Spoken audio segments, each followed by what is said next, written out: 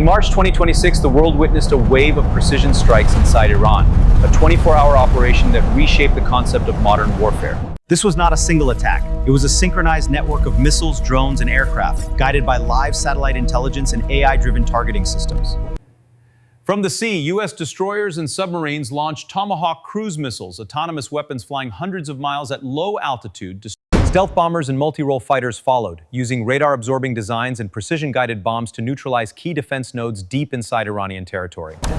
For the first time, large numbers of one-way suicide drones joined the operation, low-cost autonomous aircraft that can locate and strike multiple targets. Every strike was calculated using AI-assisted reconnaissance, combining thermal imagery, radar mapping, and geospatial analysis to minimize collateral damage.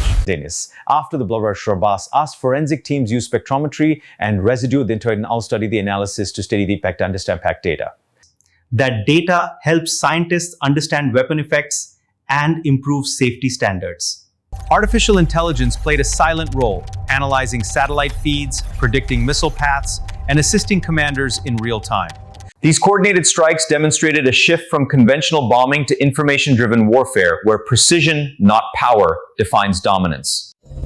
As technology evolves, every missile, drone, and byte of data becomes part of the same equation, a future where science, And not chaos, dictates the outcome of war.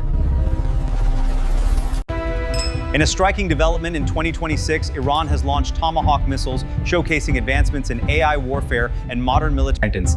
The science of war has evolved rapidly, with military AI and satellite intelligence now conducting precision strikes using suicide drones.